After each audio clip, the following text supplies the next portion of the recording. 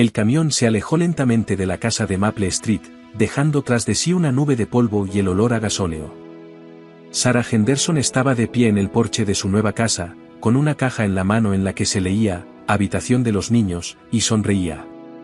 La casa de 2 plantas, con revestimiento blanco y contraventanas azules, era tal y como había soñado, el clásico sueño americano en la tranquila localidad de Cedar Ridge, Oregón.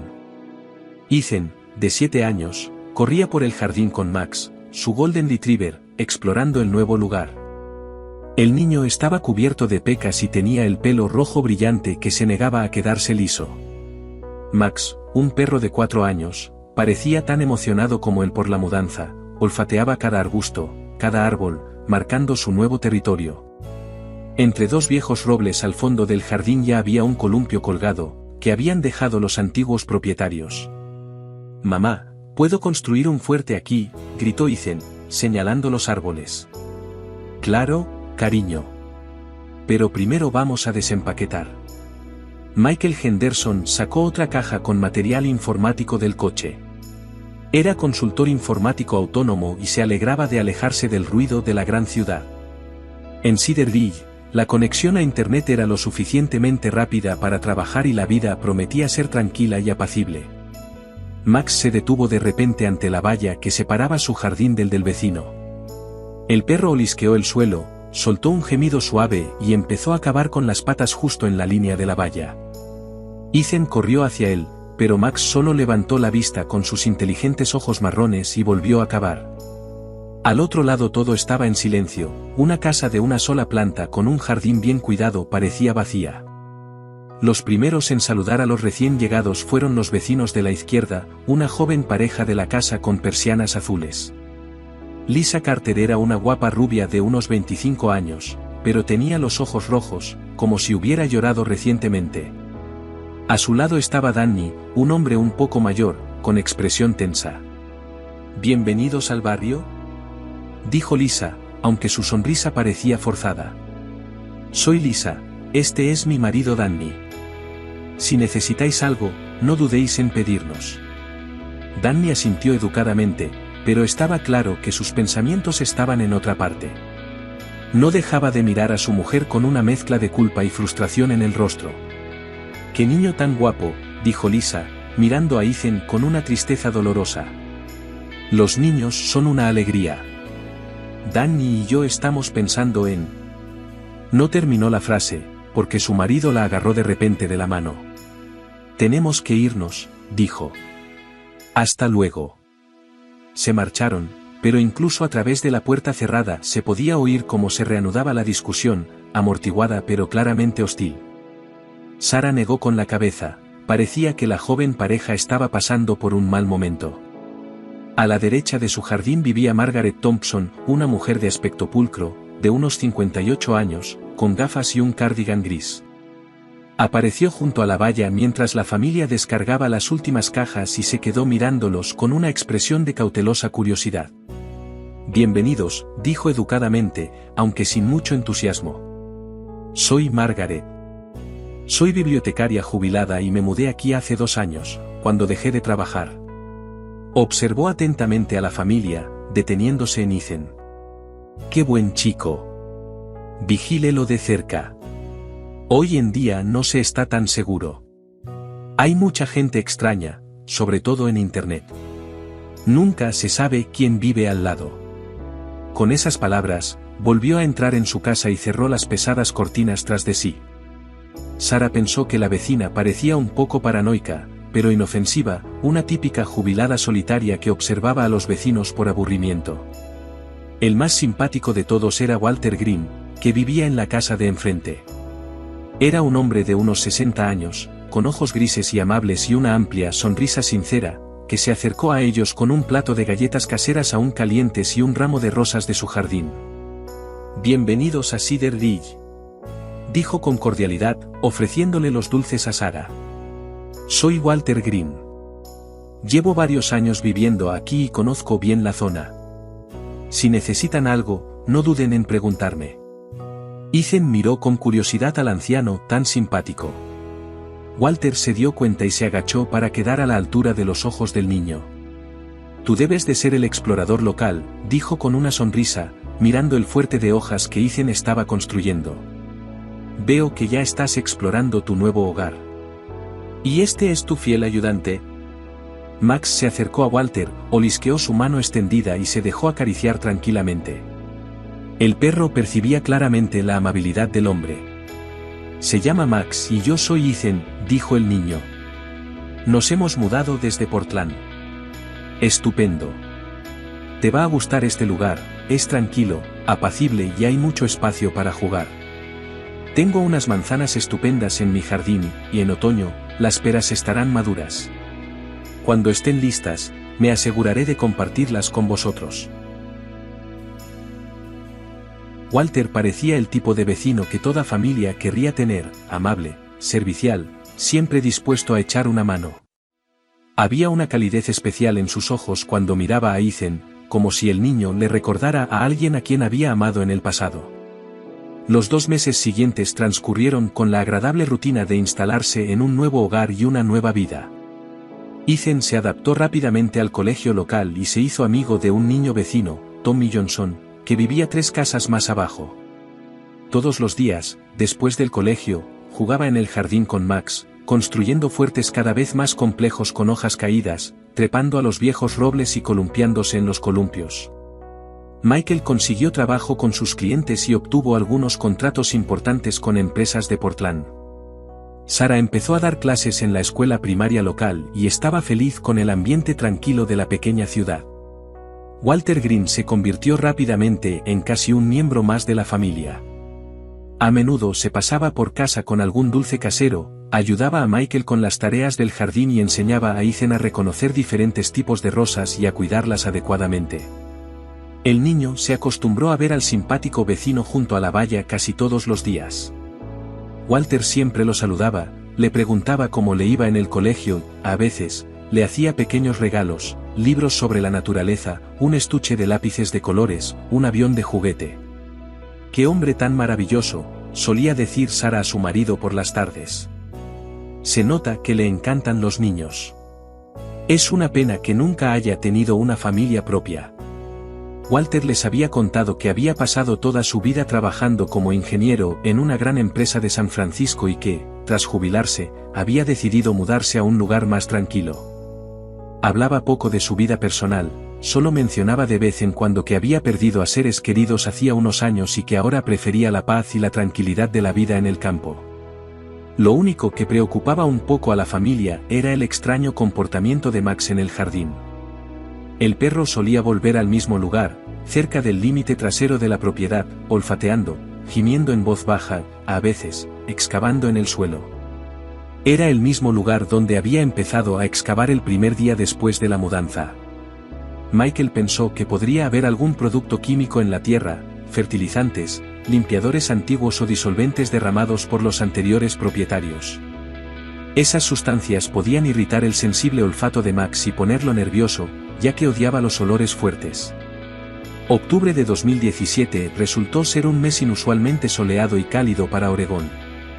Las hojas de los robles se habían vuelto amarillas, pero aún no habían caído, creando un dosel dorado sobre el jardín.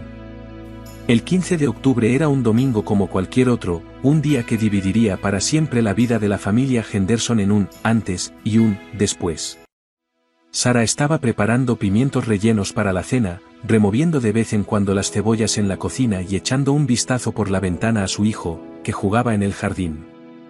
Michael estaba en su despacho, en el piso de arriba, tratando de terminar un complejo proyecto para una empresa de informática de Portland. La fecha límite se acercaba rápidamente y el sistema seguía fallando durante las pruebas de carga.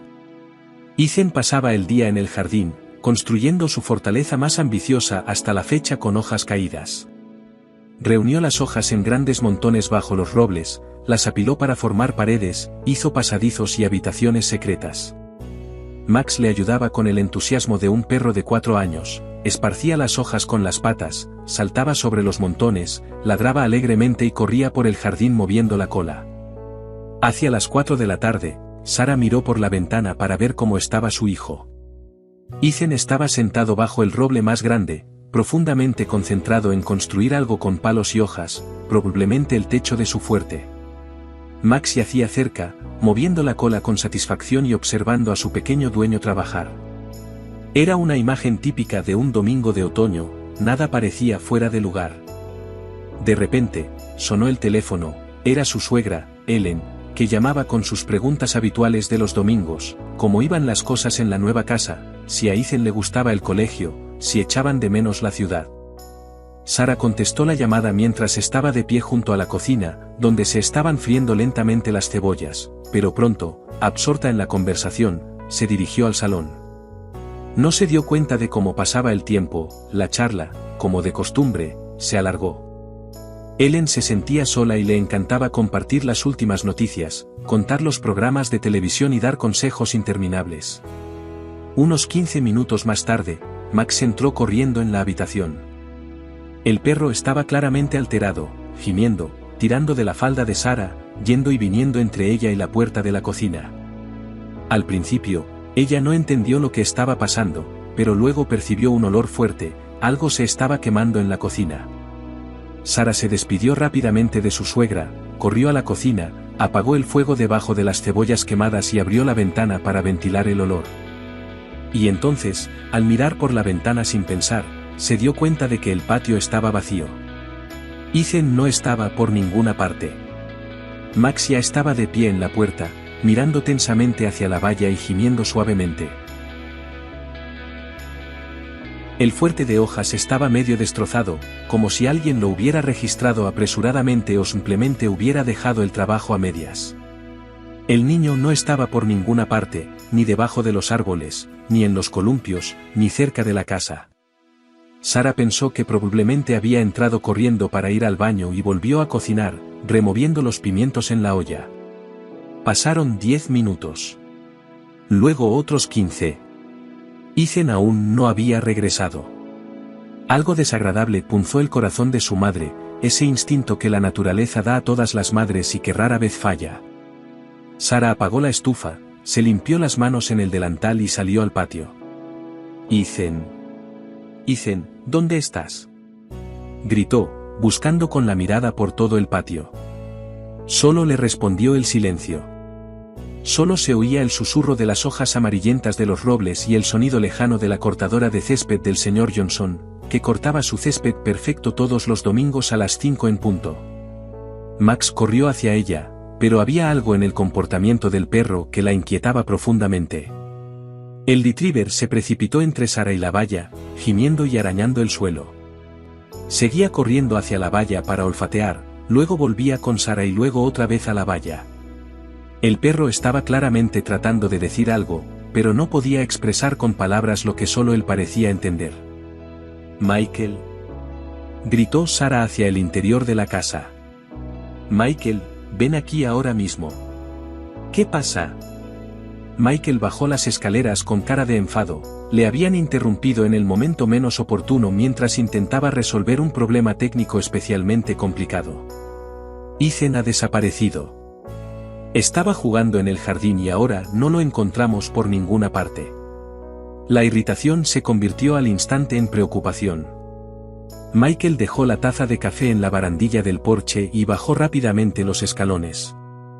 Buscaron por toda la casa metódicamente, revisaron todas las habitaciones, el sótano donde Michael guardaba el equipo informático antiguo, el ático con las cajas de adornos navideños. Miraron en todos los armarios, debajo de todas las camas, en todos los lugares donde un niño de 7 años podría esconderse. No había ni rastro de Ethan. Sara corrió a casa de los Johnson. Tommy estaba jugando a videojuegos en su habitación y se mostró realmente sorprendido por su pregunta. ¿Ethan? No lo veo desde ayer. ¿Por qué, tía Sara? No es nada, cariño. Si lo ves, dile que vuelva a casa inmediatamente. A las 5, habían hablado con todos los vecinos de Maple Street. Danny y Lisa Carter habían estado preparando todo el día su viaje de novios a Portland. Margaret Thompson estaba absorta en una nueva novela y no había levantado la vista del libro. Walter Green había estado trabajando en su garaje en un viejo Chevrolet, tenía la ropa y las manos cubiertas de aceite de motor, y todo corroboraba la historia del anciano. Nadie había visto al niño pelirrojo y pecoso de 7 años. A las 6 llamaron a la policía. El primer agente llegó en 20 minutos. El agente James Patrick escuchó atentamente a los padres y comenzó a redactar un informe. Una hora más tarde llegó el detective Connor O'Brien, un hombre alto, de ojos grises y penetrantes, que se había especializado en casos de niños desaparecidos durante sus 20 años de servicio. «Cuénteme todo desde el principio», pidió O'Brien. ¿Alguna llamada extraña? ¿Alguna persona sospechosa cerca de la casa? ¿Problemas en el colegio? Todas las respuestas fueron negativas. Ethan era un niño tranquilo, un estudiante de sobresaliente, no era de los que se escapaban ni jugaban a juegos peligrosos. A las 8 de la tarde, una multitud de voluntarios se había reunido cerca de la casa. Vecinos, policías, miembros de la iglesia local trajeron linternas potentes y termos con café. Se formaron grupos de búsqueda que peinaron la zona durante toda la noche. Revisaron la escuela, el parque, todos los lugares donde podría ir un niño de 7 años. El comportamiento de Max se volvió cada vez más extraño. El perro daba vueltas por el jardín, rechazaba la comida y no dejaba de volver a la valla para rascar el suelo. Uno de los agentes explicó que los perros son muy sensibles al estrés de sus dueños y a menudo saben cuando algo va muy mal. El resultado de la búsqueda de la primera noche fue nulo. A la mañana siguiente, se unieron a la búsqueda especialistas del condado. O'Brien dirigía un equipo de 6 investigadores. Al mediodía del día siguiente, la historia había aparecido en las noticias locales. La foto del niño sonriente, pelirrojo y pecoso apareció en las pantallas de televisión de todo el estado. O'Brien interrogó minuciosamente a todos los residentes de Maple Street. Danny y Lisa Carter realmente se habían estado preparando para la boda, su coartada estaba respaldada por fotos, testigos y recibos de restaurantes. Margaret Thompson recordaba pasajes detallados de su libro con una precisión convincente. Walter Green les mostró el coche desmontado en su garaje, y sus herramientas estaban ordenadas como las de un mecánico profesional. Los 3 pasaron la prueba del polígrafo y no mostraron signos de engaño. El miércoles, el FBI se involucró en el caso. La agente Jennifer Clark les dio a los padres la cruda realidad: después de 72 horas, las posibilidades de encontrar a un niño desaparecido con vida disminuyen drásticamente, pero ellos no se daban por vencidos. Se inició una investigación sobre todas las personas que habían sido acusadas anteriormente de delitos contra menores, más de 200 en todo el estado. Se investigó a profesores, entrenadores y todos los adultos que habían tenido contacto con el niño. Perros rastreadores de Portland intentaron seguir el rastro, pero este se perdió justo en la valla del jardín trasero de los Henderson. El resultado seguía siendo nulo. Al final de la primera semana, comenzaron a llegar las primeras pistas falsas. Una mujer en un centro comercial de Portland estaba segura de haber visto a Ethan con un hombre extraño. Sarah y Michael se apresuraron a acudir al lugar en menos de 30 minutos, pero las imágenes de las cámaras de seguridad mostraban a un padre normal con un hijo inquieto. «No es él», susurró Sarah, y algo se rompió dentro de ella. La segunda falsa alarma llegó desde Seattle. Una profesora creía que su nuevo alumno era el desaparecido Ethan. Resultó que el niño se había mudado de Oregón y se parecía mucho a Ethan, pero era de otra ciudad y todos sus documentos estaban en regla. La tercera pista llegó de la cámara de una gasolinera a 80 kilómetros de la ciudad. Las imágenes mostraban a un hombre repostando su coche con un niño sentado en el asiento trasero. La hora coincidía, domingo alrededor de las 8 de la tarde. El propietario del coche fue localizado 2 días después, un vendedor ambulante que volvía a casa con su hijo desde la casa de su exmujer. Otro callejón sin salida. Al final de la segunda semana, la historia de Ethan Henderson se había convertido en noticia nacional. La CNN y la Fox News enviaron equipos de noticias a Cedar Ridge. La tranquila ciudad se convirtió en un circo mediático. Los periodistas acamparon frente a la casa de los Henderson las 24 horas del día, bombardeando a los vecinos con entrevistas y comentarios. Sarah y Michael concedieron varias entrevistas con la esperanza de que la publicidad ayudara a encontrar a su hijo. Aparecieron en un programa matutino de televisión nacional. Nuestro hijo está ahí fuera, en algún lugar, dijo Sara a la cámara, conteniendo las lágrimas. Si alguien lo tiene retenido, por favor, que lo deje marchar. Lo necesitamos. Lo queremos. Tras la emisión, la línea de información recibió miles de llamadas. La gente informaba de avistamientos de niños pelirrojos por todo el país. Había que investigar cada pista. La mayoría resultaron ser falsas. Pero algunas personas llamaban solo por morbo. Tu hijo está muerto, dijo una persona anónima. Olvídalo. Esas llamadas causaban un dolor insoportable a los padres. Surgieron falsos videntes que afirmaban poder encontrar al niño gracias a poderes sobrenaturales. La policía se vio obligada a seguir incluso estas visiones, y registró todos los cursos de agua de la zona. El resultado siguió siendo nulo. A finales de octubre, se redujo la fase de búsqueda activa. O'Brien aseguró a los padres que el caso no se iba a cerrar, pero no había nuevas pistas. Los medios de comunicación pasaron a otras noticias. Cedarville volvió a ser un pueblo tranquilo. Pero para la familia Henderson, la pesadilla no había hecho más que empezar. Noviembre trajo la primera nevada y una sensación de desesperanza absoluta. Sara dejó de abrir las cortinas, la luz brillante le parecía una burla. ¿Cómo podía brillar el sol cuando su hijo había desaparecido? Michael nunca apagaba el ordenador y se pasaba la noche buscando en bases de datos de niños desaparecidos. Tenía los ojos enrojecidos por la falta de sueño y le temblaban las manos por el exceso de cafeína. Los mismos alimentos permanecían en la nevera durante semanas, ambos habían perdido el apetito. Sara compraba mecánicamente los yogures y zumpos favoritos de Ethan, solo para tirarlos a la basura cuando caducaban. «¿No has vuelto a dormir?», le dijo Sara una mañana al entrar en la cocina y encontrar a su marido sentado a la mesa con los ojos rojos e inflamados. «Hay nueva información de Denver. Un niño que se parece a Ethan». «Michael, dijo Sara con voz cansada, casi indiferente. «Te estás destruyendo. ¿Qué más puedo hacer?», espetó él, alzando la voz por primera vez en meses. «¿Sentarme y no hacer nada? ¿Fingir que no ha pasado nada? Nuestro hijo está ahí fuera. O quizá haya muerto», susurró Sara, diciendo en voz alta lo que ambos pensaban pero no se atrevían a admitir. Michael palideció, como si ella le hubiera abofeteado. «No vuelvas a decir eso. Nunca». Se habían convertido en extraños el uno para el otro. El dolor, en lugar de acercarlos, los había separado, quizás para siempre. Michael se volcó en la búsqueda y convirtió la mitad del garaje en un centro de coordinación. Las paredes estaban cubiertas de mapas con marcas, fotos de Ethan a diferentes edades, gráficos y diagramas. Sara creó un grupo en las redes sociales llamado «Encontremos a Ethan». En un mes, tenía miles de seguidores de todo el país. Cada día llegaban cientos de mensajes de personas que afirmaban haber visto al niño en diferentes partes de Estados Unidos.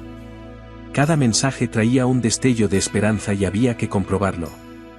Durante el primer año, viajaron a 12 estados diferentes, siguiendo las pistas más creíbles. Todos los viajes terminaban en decepción. Cada falsa alarma les arrancaba un pedazo del alma y les dejaba sin sus últimos ahorros.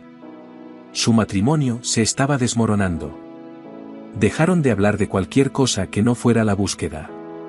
Las tareas domésticas, el trabajo, las amistades, todo pasó a un segundo plano. Su cama se había enfriado. Sus abrazos se volvieron formales y escasos. «Nos estamos perdiendo el uno al otro», dijo Sara una noche, al final del primer año de búsqueda. «Ethan no habría querido esto». «Ethan querría que lo encontráramos», respondió Michael, con la mirada fija en la pantalla del ordenador. «¿Y si nunca lo encontramos?». Michael se volvió lentamente hacia ella. Sus ojos reflejaban un dolor demasiado profundo para expresarlo con palabras. En solo un año, había envejecido al menos 10. Entonces seguiremos buscando durante el resto de nuestras vidas. Max también estaba envejeciendo visiblemente, pero nunca dejaba de volver a ese lugar junto a la valla. El que fuera un perro joven y enérgico se había convertido en un compañero gris y lento. Apenas comía y pasaba la mayor parte del día tumbado en el lugar donde había jugado por última vez con Ethan. A veces se sentaba junto a la valla durante horas, mirando al vacío, como si esperara que el niño pelirrojo volviera y lo llamara para jugar. El segundo año trajo nuevas pruebas. En marzo, llegó una pista desde Los Ángeles. Un trabajador social informó de que en un centro de acogida había un niño que había sido encontrado en la calle, no recordaba su nombre, pero se parecía mucho al Ethan desaparecido. Sarah y Michael volaron a California tan rápido como pudieron. No hablaron durante el vuelo, cada uno preparándose en silencio para volver a ver a su hijo y temiendo otra decepción. El niño se parecía mucho a él, pelo rojo, pecas, más o menos de la misma edad. Pero cuando se dio la vuelta. No es él, susurró Sarah, y algo dentro de ella se rompió definitivamente. Más tarde se descubrió que el niño sufría amnesia tras un accidente de coche en el que habían fallecido sus padres, unos turistas canadienses. Otra esperanza destrozada. Otra noche de insomnio en un motel barato, donde Sarah lloraba sobre la almohada mientras Michael miraba al techo, preguntándose cuánto tiempo más podría soportar aquello. En el verano del segundo año, llegó un mensaje de una escuela privada de Sacramento. Esta vez, Michael fue solo, ya que Sarah estaba demasiado agotada por las decepciones del pasado. Pero al cabo de un minuto de hablar con el niño, quedó claro, no era su hijo. El tercer año trajo el golpe más cruel. En noviembre, llamaron desde la morgue de Portland. Habían encontrado el cadáver de un niño en el río, más o menos de la misma edad. La ropa que llevaba era muy parecida a la que llevaba Ethan el día que desapareció. Sarah se negó a ir. Michael fue solo, preparándose para lo peor. La prueba de ADN lo confirmó, no era su hijo. La ropa similar era solo una coincidencia. El cuarto año marcó un punto de inflexión. Sarah se tomó una excedencia indefinida de la enseñanza, ya no podía mirar a los hijos de otras personas sin pensar en su propio hijo desaparecido. Michael siguió trabajando, pero su productividad se redujo drásticamente. Perdió varios clientes importantes y tuvo que pedir un préstamo para cubrir los gastos de la búsqueda. En 4 años, siguieron más de 1000 pistas falsas. Viajaron a 30 estados. Gastaron todos sus ahorros y se endeudaron en $40,000. El quinto año trajo consigo un problema inesperado. El detective O'Brien se jubiló y el nuevo investigador, Mark Thompson, carecía de la dedicación de su predecesor. Entiendo cómo se sienten, les dijo a Michael y Sarah durante una de sus reuniones mensuales. Pero, siendo realistas, las posibilidades de encontrar al niño con vida después de todos estos años son casi nulas. En el 5º aniversario de la desaparición de Ethan, los medios de comunicación locales publicaron una historia sobre una familia que se negaba a rendirse. Tras la publicación del artículo, recibieron cientos de cartas de apoyo de personas de todo el país. Muchas incluían pequeñas donaciones. Esto les ayudó a crear una fundación para apoyar a las familias de niños desaparecidos. No pudimos encontrar a nuestro hijo, dijo Sarah en la reunión fundacional de la Fundación Voz de la Esperanza. Pero quizá podamos ayudar a otros padres a encontrar a los suyos. Trabajar en la fundación se convirtió en su salvación. Ayudar a otras familias dio sentido a su dolor. En su primer año, la fundación ayudó a encontrar a 17 niños en todo el país. El sexto año trajo grandes cambios a Maple Street. Los recién casados Carter se divorciaron, su matrimonio no pudo soportar la constante proximidad de la tragedia y el dolor de saber que nunca podrían tener hijos propios.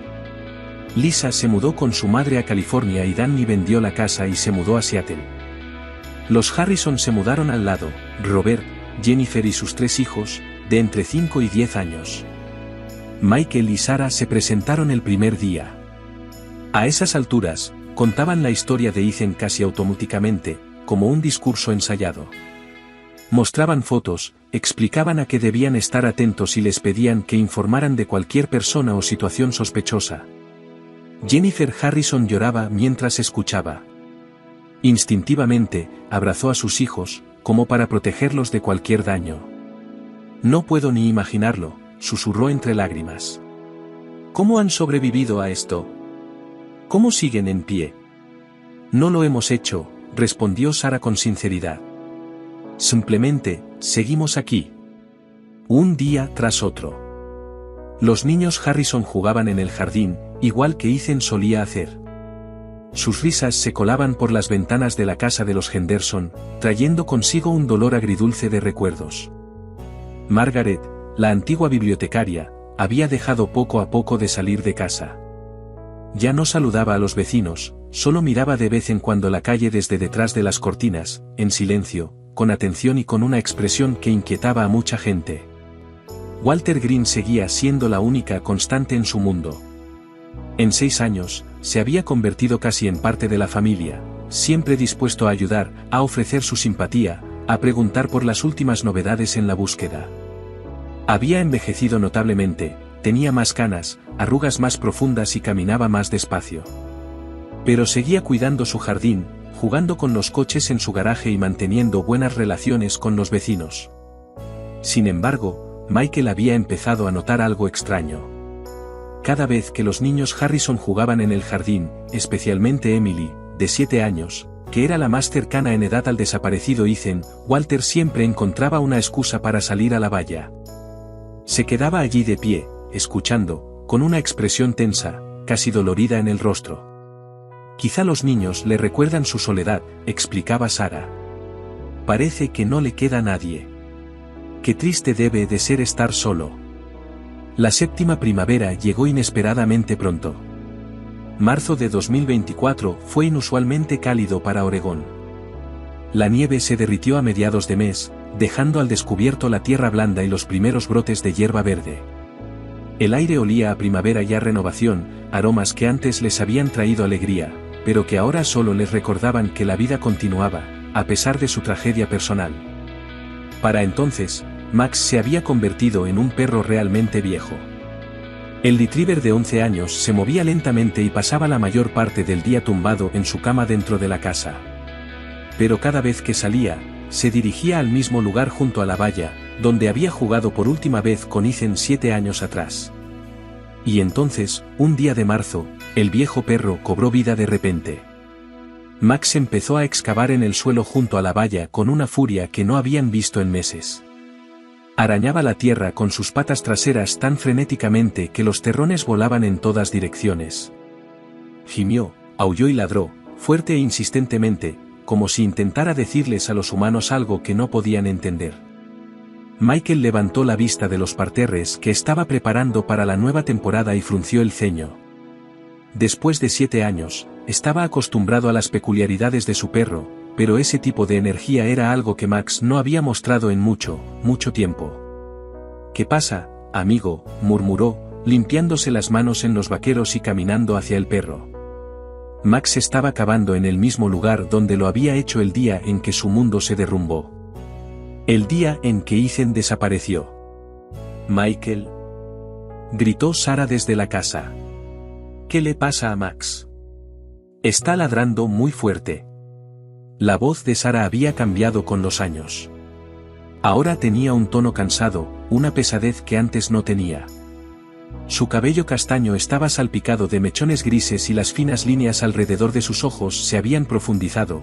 El tiempo no había sido benévolo con la madre de un niño desaparecido. Michael intentó alejar al perro de la valla, pero Max no se movió. De hecho, el viejo perro parecía más agitado que nunca, como si intentara comunicar algo con urgencia. «Ayúdale», dijo Sarah, entrando en el jardín y observando la escena. Quizá ha olido algo. Después de años de búsqueda, habían aprendido a prestar atención a cualquier señal, por pequeña que fuera. Con demasiada frecuencia, los detalles más insignificantes les habían llevado a descubrimientos importantes. Es cierto que todos ellos habían resultado ser pistas falsas, pero la esperanza, como sabían muy bien, es lo último que se pierde, y ellos ya habían ayudado a otras familias desesperadas a aferrarse a ella. Michael trajo una pala del cobertizo. El suelo estaba duro, la primavera en Oregón siempre comenzaba con la tierra endurecida por las heladas invernales. Pero, tras unos minutos de excavación decidida, la pala golpeó algo sólido con un ruido sordo. Sarah se quedó sin aliento cuando un trozo de hueso blanco asomó entre la tierra. Eso no es, no pudo terminar la frase, con la mano apretada contra la garganta. Michael desenterró el hueso con cuidado. Era grande, claramente de un animal grande. Un omóplato de perro, si no recordaba mal la anatomía. Se miraron. Después de 7 años, habían aprendido a no hacerse demasiadas ilusiones. Habían soportado demasiadas falsas esperanzas. Demasiado dolor. Pero Max siguió cavando, ahora con más furia aún. Se desplazó ligeramente hacia un lado y empezó a excavar en otro punto del suelo, gimiendo y ladrando de emoción. «¿Quizás hay varios animales enterrados aquí?», sugirió Sarah. «O uno muy grande», respondió Michael, sin dejar de excavar. En media hora, habían desenterrado varios huesos más. Todos caninos, todos bastante viejos. Michael pensó inmediatamente en Walter Green, recordaba que el vecino había mencionado una vez que tenía un perro muy inteligente antes de que se conocieran. «Voy a preguntarle a Walter», le dijo a Sarah. «A ver si podría ser su perro». Michael se acercó al anciano vecino. Walter, como siempre, lo recibió en el porche, bien vestido, educado y con una expresión de sincero interés en el rostro. «Es mi viejo perro, Rex», le explicó Walter después de que Michael le contara el descubrimiento. «Lo enterré hace unos 10 años, quizá un poco más. Era un perro maravilloso, un pastor alemán. Vivió conmigo durante 14 años. «Pero, ¿por qué lo enterró en nuestra propiedad?», preguntó Michael, un poco sorprendido. Walter sonrió tímidamente, como un niño al que han pillado haciendo una travesura inofensiva. «Bueno, estrictamente hablando, ese solía ser el límite de nuestras parcelas. A Rex le encantaba tumbarse en ese lugar exacto, a la sombra de sus robles. Especialmente en los días calurosos de verano. Pensé que sería un lugar adecuado para su descanso final. Espero que no le importe». La explicación parecía perfectamente razonable y lógica. Mucha gente entierra a sus mascotas en sus lugares favoritos. Michael le aseguró al vecino que no había ningún problema, que entendían cómo se sentía. «¿Cómo va la búsqueda de Ethan?», preguntó Walter, como había hecho en cada encuentro durante los últimos 7 años. «¿Alguna pista nueva?». Michael negó con la cabeza. «Por desgracia, nada significativo. Pero no nos rendimos. Seguimos teniendo esperanza». «Era un chico estupendo», dijo Walter, mirando hacia la casa de los Henderson con expresión triste. «Siempre me saludaba educadamente cuando me veía. Era un chico inteligente y bien educado. Lo habéis criado muy bien». Michael asintió en silencio. Cada vez que alguien hablaba de Ethan en pasado, algo se le encogía por dentro. Era como si todo el mundo hubiera aceptado la idea de que su hijo ya no estaba. Todos, excepto ellos. Cuando Michael regresó a casa, vio que Max aún no se había calmado. El perro seguía cavando en diferentes lugares a lo largo de la valla, como si buscara algo específico. Al anochecer, el viejo retriever parecía completamente agotado, pero no se detenía. «¿Qué le pasa?», preguntó Sarah, observando al perro con creciente preocupación. «¿Deberíamos llevarlo al veterinario?». «Esperemos hasta mañana», decidió Michael. «A ver cómo se comporta». Pero a la mañana siguiente, Max volvió a cavar. Esta vez en un lugar diferente, a unos 2 pasos del original. Su comportamiento se volvió aún más extraño y urgente, gimió, lloriqueó y miró a Michael y Sarah con ojos que parecían suplicarles que lo entendieran, que lo ayudaran. Los días siguientes estuvieron llenos de tensión creciente. Max continuó cavando con una persistencia que rayaba en la obsesión. Había perdido peso visiblemente, apenas comía y solo bebía agua. Pasaba la mayor parte del tiempo junto a la valla, cavando en varios lugares. El veterinario, el Dr. Clark, vino a casa y examinó cuidadosamente al perro. Físicamente, Max estaba sano para su edad, pero su comportamiento sin duda planteaba interrogantes. «Se comporta como un perro que ha detectado algo concreto», explicó el Dr. Clark. Su sentido del olfato es millones de veces más sensible que el nuestro. Es posible que esté percibiendo algo que nosotros simplemente no podemos detectar. Una semana después del primer descubrimiento, un camión del ayuntamiento se detuvo frente a su casa. 3 hombres vestidos con ropa de trabajo bajaron con equipo de topografía.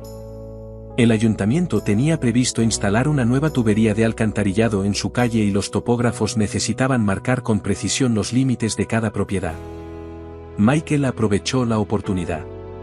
Se acercó al topógrafo jefe, se presentó y le preguntó si también podían escanear el lugar donde Max había estado excavando con tanta intensidad. No hay problema, respondió el hombre. Tenemos un georradar. Nos muestra todo lo que hay bajo tierra. El radar era un equipo impresionante, un dispositivo compacto con ruedas que podía escanear el suelo hasta 5 metros de profundidad y mostrar los objetos subterráneos en una pantalla. Muy interesante, dijo el topógrafo jefe, estudiando atentamente las lecturas del radar después de pasarlo por la zona donde Max había estado excavando. Definitivamente hay algo ahí abajo. Algo grande y metálico. A unos 2,5 metros por debajo de la superficie. El corazón de Michael dio un vuelco y empezó a latir más rápido. ¿Qué podría ser? El topógrafo se encogió de hombros. Es difícil decirlo sin una excavación adecuada. Podría ser un antiguo sistema séptico o algún tipo de instalación abandonada. O tal vez alguien enterró un coche o una gran pieza de maquinaria hace mucho tiempo. Miró de nuevo la pantalla. En las zonas rurales se ven todo tipo de cosas. Pero la forma de este objeto es extraña, casi cuadrada y bastante compacta. ¿Puede decirme cuánto tiempo lleva ahí? A juzgar por las lecturas, bastante. La tierra que lo rodea está muy compacta por el paso del tiempo. Yo diría que al menos 15 años. Quizá más. Michael dio las gracias a los topógrafos y llamó inmediatamente a O'Brien. El antiguo detective escuchó atentamente el informe sobre el objeto metálico subterráneo y prometió llegar en menos de 1 hora. Aunque yo no me haría muchas ilusiones, advirtió. Probablemente solo sea alguna vieja tubería. O'Brien no vino solo, trajo consigo a un joven detective, Mark Thompson, que se había hecho cargo oficialmente del caso de Ethan tras la jubilación de O'Brien. Thompson se mostró escéptico. Las posibilidades de que esto tenga algo que ver con la desaparición del niño son prácticamente nulas, dijo mientras estudiaba las lecturas del radar terrestre. Pero ya que estamos aquí, echemos un vistazo. O'Brien examinó cuidadosamente los datos del escáner. Su ojo experto detectó algo que el joven detective había pasado por alto. Esto no parece un tanque séptico ni una tubería de agua, dijo pensativo. Es demasiado compacto y tiene una forma perfecta. Y la profundidad es extraña, demasiado profunda para los servicios públicos estándar, pero no lo suficiente para una infraestructura importante. ¿Qué sugieres?, preguntó Michael. Excavamos. Pero con cuidado y de forma metódica. Si esto está realmente relacionado con el caso de su hijo. No terminó la frase, pero todos entendieron lo que quería decir. Al día siguiente, Michael alquiló una pequeña excavadora. Thompson llegó con un equipo de especialistas, varios agentes de policía, un experto forense, un inspector del cuerpo de bomberos para controlar la calidad del aire y un técnico con equipo profesional. Si realmente hay algo ahí abajo, tenemos que seguir el protocolo, explicó O'Brien a los padres. Cualquier paso en falso podría hacer que las pruebas potenciales no sean admisibles en el tribunal. La excavación comenzó temprano por la mañana. Michael manejaba la excavadora con extrema precaución, retirando la tierra en capas finas. Cada 30 minutos, se detenía el trabajo para que el especialista forense pudiera descender al pozo y examinar la capa de tierra recién expuesta. Max se sentó cerca, observando todo con atención. En sus viejos ojos marrones había algo casi humano, una mirada de comprensión, como si supiera que la gente por fin había entendido lo que él había estado tratando de decirles todo este tiempo. 1 hora después de empezar a excavar, la pala de la excavadora golpeó algo metálico con un fuerte estruendo que resonó en la tranquila calle matutina. Michael apagó inmediatamente el motor y saltó para despejar el objeto con las manos. Poco a poco, el borde de una estructura metálica emergió del suelo. Tras otros 30 minutos de excavación cuidadosa, apareció una compuerta metálica compacta, firmemente incrustada en la tierra. Estaba muy oxidada por los años bajo tierra, pero aún sólida. Tenía un pesado tirador y una cerradura que casi se había desintegrado por el paso del tiempo y la humedad. «¿Qué es eso, por el amor de Dios?», susurró Sarah, mirando con los ojos muy abiertos el extraño descubrimiento. O'Brien se arrodilló junto a la escotilla y la examinó de cerca, limpiando con cuidado la suciedad restante con un cepillo de dientes viejo. «Parece la entrada a un refugio antiatómico de la Guerra Fría», dijo pensativo. En los años 50 y 60, muchos estadounidenses construyeron estos refugios en sus patios traseros. Tenían miedo de una guerra nuclear con los soviéticos. «Pero, ¿por qué el perro?», comenzó Sarah. «Porque hay alguien ahí abajo», la interrumpió O'Brien en voz baja pero firme. «O lo había hasta hace poco». Sacó una potente linterna táctica y la enfocó hacia los estrechos huecos que rodeaban la trampilla. Salía un débil chorro de aire. «El sistema de ventilación funciona», señaló el detective. «Definitivamente, esto no es solo un búnker abandonado». La policía inició el procedimiento oficial de apertura. Thompson tuvo que solicitar una orden judicial, lo que llevó otras 2 horas. Durante ese tiempo, una pequeña multitud de vecinos curiosos y periodistas se reunió cerca de la casa. Alguien había avisado a la prensa local sobre el insólito hallazgo. Sarah se sentó en el suelo, abrazándose las rodillas. Michael se quedó de pie cerca, agarrando la correa de Max, le temblaban las manos. La escotilla brillaba al sol y todo parecía demasiado tranquilo. «Si es él», susurró Sarah, «¿quieres ser el primero en verlo?». Michael asintió, incapaz de hablar.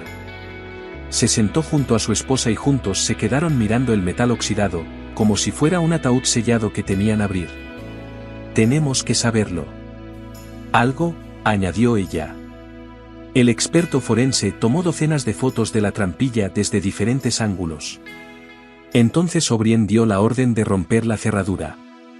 «Todos atrás, a una distancia segura de la escotilla», ordenó. «No sabemos qué hay ahí abajo». La cerradura, oxidada, se hizo añicos tras varios golpes con un mazo. La tapa de la escotilla resultó ser sorprendentemente ligera, claramente diseñada para ser abierta desde dentro, incluso por una mujer. La escotilla se abrió lentamente, revelando un agujero negro en la tierra y liberando una ola de aire viciado que no había cambiado en años. El olor era extraño, no a humedad como un sótano abandonado, sino más bien a una habitación cerrada durante mucho tiempo, pero habitada. O'Brien iluminó con cautela hacia abajo con su potente linterna.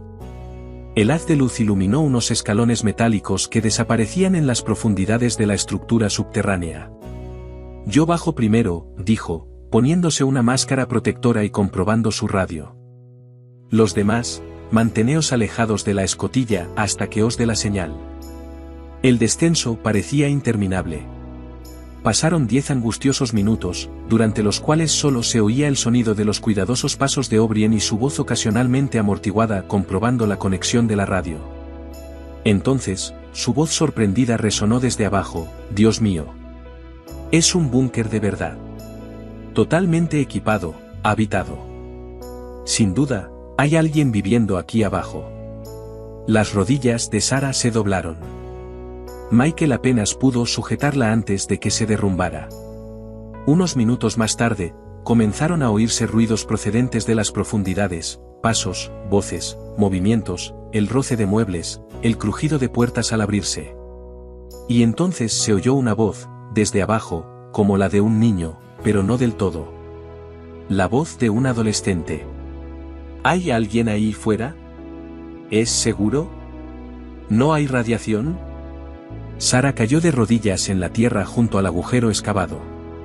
Esa voz era más grave que hace 7 años, pero el tono, la forma de articular las palabras, el ritmo, todo le resultaba dolorosamente familiar. De la trampilla salió el detective O'Brien, y justo detrás de él, un adolescente. Delgado, extremadamente pálido, con el pelo rojo largo y unas pecas familiares que ahora resaltaban aún más en una piel que no había visto la luz del sol en años. Parecía mayor de 14 años, su rostro era demasiado serio para su edad, sus ojos demasiado cautelosos, demasiado alertas.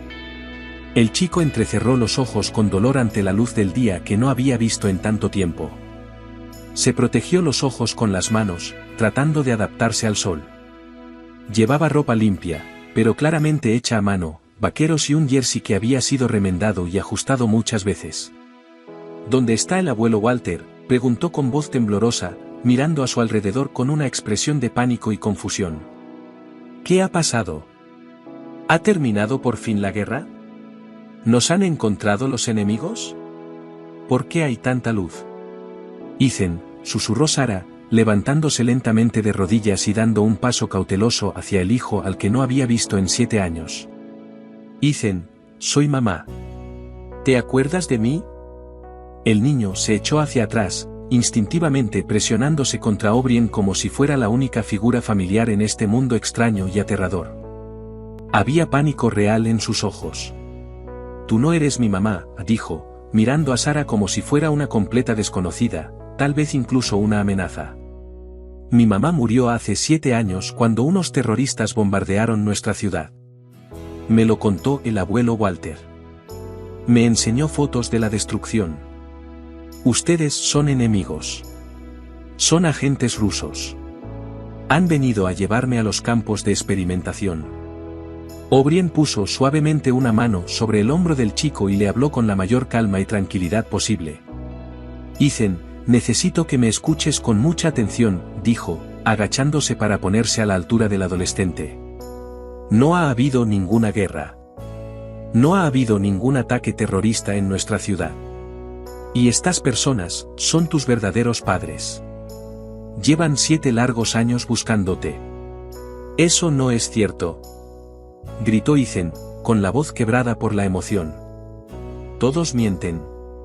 El abuelo Walter me dijo que los terroristas atacaron Estados Unidos. Que todas las ciudades fueron destruidas. Que solo sobrevivieron los que se escondieron en búnkeres. Que solo él podía protegerme de la radiación y del enemigo. En ese momento, Walter Green salió lentamente de su casa, moviéndose como un hombre que sabía que había llegado su hora, que sabía que la red de mentiras que había construido estaba a punto de derrumbarse. Al ver a la multitud reunida alrededor de la trampilla abierta, al ver a Ethan bajo la brillante luz del sol, se quedó paralizado. El rostro del anciano mostraba una expresión de completa desesperanza y un profundo y abrumador dolor. Tenía los hombros caídos y los brazos colgando flácidos a los lados. Era un hombre que sabía que su mundo, construido enteramente sobre mentiras, se estaba desmoronando para siempre. Ethan vio al anciano y corrió hacia él, tropezando en el terreno irregular, ya que después de 7 años bajo tierra había perdido la costumbre de caminar sobre terreno natural. «Abuelo. Abuelo Walter», gritó, lanzándose a los brazos del anciano con el agarre desesperado de un niño que se aferra a la única persona en la que confía. «¿Qué está pasando? ¿Por qué dice esta gente que no ha habido guerra? ¿Dónde están nuestros aliados? ¿Dónde están los equipos de rescate?» Walter abrazó al niño con brazos temblorosos y miró a la multitud que se estaba reuniendo. Las lágrimas corrían por su rostro profundamente arrugado, desapareciendo entre su barba gris. «Perdóname, Ethan», susurró Walter con voz temblorosa. «Perdóname, hijo mío. Perdona a un viejo tonto y enfermo». O'Brien se acercó lentamente, como quien se acerca a un animal herido y peligroso. «Walter Green», dijo en tono oficial pero cansado. «Queda arrestado por sospecha de secuestro de menores y retención ilegal. Tiene derecho a permanecer en silencio». Pero Walter no le escuchaba. Solo miraba a Ethan, que se aferraba a él con la desesperación de un niño que acaba de perder lo último en lo que podía confiar en un mundo que se derrumbaba. «Nunca quise hacerte daño», dijo el anciano entre lágrimas, acariciando el largo pelo rojo del niño. «Es solo que, no podía seguir solo. No después de perder a mi familia». «¿Qué familia?», preguntó O'Brien bruscamente, interrumpiendo la confesión del anciano. Walter negó lentamente con la cabeza, sin soltar a Ethan de sus brazos. Los perdí en 2016. En el atentado terrorista de Niza. A mi mujer, Elizabeth, a mi hijo, David, y a mi hija, Anne. Estábamos de vacaciones cuando el camión arrolló a la multitud en el paseo marítimo. Murieron en el acto. Yo fui el único que sobrevivió. Lo salvé, dijo Walter, mirando fijamente a O'Brien. No dejé que muriera en un mundo que ya se había quemado. Lo protegí del caos y el horror que había arriba. Poco a poco, a partir de las fragmentadas declaraciones de Walter, comenzó a formarse una imagen espantosa. Walter Green había sido efectivamente un ingeniero estadounidense que perdió a toda su familia en ese horrible atentado terrorista en Francia. El trauma y el dolor insoportable erosionaron lentamente su cordura. Se mudó a Cedarville con la esperanza de empezar una nueva vida en un lugar tranquilo, pero el dolor nunca desapareció. A medida que las noticias informaban cada vez más sobre el aumento de las tensiones internacionales, las amenazas terroristas en suelo estadounidense y los peligros procedentes de Rusia y de grupos extremistas, algo finalmente se rompió en la mente dañada de Walter. Comenzó a prepararse para una catástrofe inevitable que creía que se avecinaba. Ethan fue trasladado inmediatamente al hospital Cedarville para someterse a un examen médico completo. Sarah se desmayó al ver a su hijo y también fue hospitalizada en el mismo centro. Físicamente, el niño estaba sorprendentemente sano, Walter lo había cuidado muy bien durante todos esos años. Pero psicológicamente, el adolescente se encontraba en un estado de shock profundo. La doctora Elizabeth Harris, una psicóloga infantil con mucha experiencia, nunca había visto nada parecido. No se trata solo de un secuestro, explicó a los atónitos padres. Son 7 años de lavado de cerebro sistemático durante los años más formativos de la vida de un niño. El proceso de recuperación será largo y muy difícil. Los primeros días en el hospital fueron una pesadilla. Ethan se negaba rotundamente a creer que Sarah y Michael eran sus verdaderos padres. Exigía que lo devolvieran con el abuelo Walter, gritando que había sido secuestrado por agentes enemigos. El argumento más convincente resultó ser Max. Cuando el retriever de 11 años entró lentamente en la habitación del hospital, ocurrió algo inesperado. Max se detuvo en la puerta, olfateó el aire y dejó escapar un suave gemido. Luego, el viejo perro se acercó lentamente a la cama y apoyó su hocico canoso en el regazo de Ethan. El niño se quedó paralizado. Su mano se posó instintivamente sobre la cabeza familiar, y sus dedos se enredaron en el pelaje plateado del perro. En ese momento, algo hizo clic en lo más profundo de su memoria. Max. Susurró Ethan, mirando al perro anciano. ¿Tú eres realmente mi Max? El perro movió la cola con entusiasmo y lamió suavemente la mano del niño. Fue el primer paso de un largo viaje hacia la aceptación de una verdad brutal. Otro gran avance se produjo cuando una enfermera le trajo a Ethan una porción de tarta de manzana de la cafetería del hospital. Le dio un mordisco distraídamente y de repente se detuvo. «Este sabor», murmuró. «Recuerdo este sabor. Mamá, alguien solía hacer la misma tarta».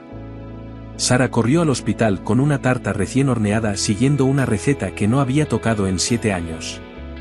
Ethan tomó un trozo, lo mordió lentamente y cerró los ojos. Las lágrimas rodaron por sus mejillas. «Mamá», susurró, y por primera vez en 7 años, esas palabras iban dirigidas a Sarah. Los recuerdos comenzaron a regresar en fragmentos, el perfume de su madre le trajo a la mente los cuentos que le contaba antes de dormir, la risa de su padre le recordó los proyectos que habían compartido. El proceso fue dolorosamente lento, pero Ethan poco a poco comenzó a aceptar la verdad. Un mes después, cruzó por primera vez la puerta de la casa de Maple Street. Todo le resultaba familiar, pero le parecía extraño. Su habitación se había conservado exactamente igual que 7 años atrás, como un museo de su infancia. Adaptarse a la vida normal fue agonizante. Ethan tenía miedo de salir solo, la luz brillante le dolía en los ojos y las multitudes le provocaban pánico. Max se convirtió en su mejor terapeuta, el viejo perro nunca se separó del niño. En noviembre, Max falleció tranquilamente mientras dormía bajo su roble favorito. Ethan lo encontró y lloró lágrimas de verdad por primera vez desde que todo había sucedido. Me salvó, les dijo Ethan a sus padres. Durante 7 años, nunca se rindió. Enterraron al perro en el mismo jardín. Michael hizo una lápida, Max Henderson. Amigo leal y verdadero héroe. El tribunal condenó a Walter a tratamiento obligatorio en un hospital psiquiátrico. Sarah y Michael no insistieron en que se le impusiera la pena máxima, ya que entendían que el anciano había estado enfermo y completamente destrozado por la pérdida de su familia. Cuando cumplió 15 años, Ethan había aprendido a vivir con su pasado. Planeaba estudiar psicología para ayudar a niños con traumas. Después de que se emitiera un documental sobre su historia, la Fundación Voice of Hope recibió más de $1 millón en donaciones. En solo un año, ayudaron a localizar a 23 niños desaparecidos. Ethan habló en eventos para familias de niños desaparecidos. Nunca se rindan. Aunque no haya esperanza. Aunque todos les digan que sigan adelante. No se rindan. En el lugar donde había estado el búnker, Michael plantó un roble joven, símbolo de la esperanza nacida de la tragedia. Todos los domingos, la familia visitaba la tumba de Max. Le contaban sus novedades y le daban las gracias por no haberse rendido, aunque todos los demás hubieran perdido la esperanza. ¿Sabes?, dijo Ethan un domingo, a veces pienso que no fue un accidente. Quizá tenía que pasar por eso para poder ayudar a otros. Nadie se merece una infancia así, dijo Sarah, sacudiendo la cabeza. Quizá no.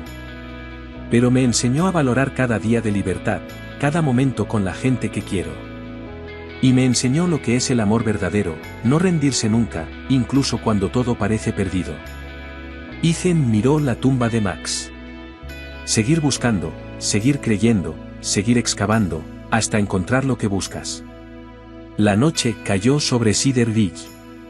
La familia caminaba hacia casa por Maple Street, donde 7 años antes una tragedia casi había destruido sus vidas. Pero habían sobrevivido.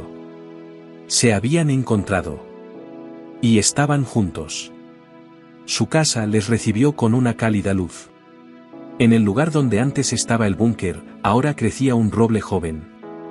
Y en algún lugar, en un hospital psiquiátrico, el anciano Walter Green miraba las estrellas y rezaba para que Ethan fuera feliz. Y en algún lugar entre la tierra y el cielo, el espíritu de un viejo perro cobrador movía la cola con satisfacción. Había cumplido su misión. Había llevado a casa al niño perdido. Había demostrado que el amor es más fuerte que el tiempo, la lealtad más profunda que la desesperación y la esperanza más brillante que cualquier oscuridad.